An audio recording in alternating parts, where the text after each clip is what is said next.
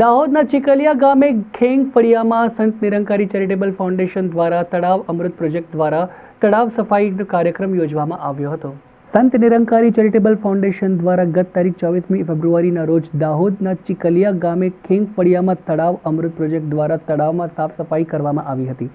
આ કાર્યક્રમમાં સંત નિરંકારી ચેરિટેબલ ફાઉન્ડેશનના તમામ અધિકારીઓથી લઈ કર્મચારીઓ મોટી સંખ્યામાં હાજર રહ્યા હતા. બાબા હરદેવસિંહજીની મહારાજના ઉપદેશોથી પ્રેરિત આ પ્રોજેક્ટ સમગ્ર ભારતમાં 27 રાજ્યો અને કેન્દ્ર શાસિત પ્રદેશોમાં 1533થી વધુ સ્થળોએ 11 લાખથી વધુ સ્વયંસેવકોની મદદથી મોટા પાયે આયોજિત કરવામાં આવ્યો. કાર્યક્રમ અંતે ઉપસ્થિત મહેમાનોને મિશનની ભરપૂર પ્રશંસા કરી અને નિરંકારી સદગુરુ માતાજીનો પણ હૃદયપૂર્વક આભાર વ્યક્ત કર્યો હતો અને કહ્યું હતું કે મિશને જળ સંરક્ષણ અને જળ સ્વચ્છતાના આ કલ્યાણકારી પરિયોજનાઓના માધ્યમથી નિશ્ચિત પ્રકૃતિ સંરક્ષણ હેતુ એક મહત્વપૂર્ણ પગલું લેવામાં આવ્યું છે.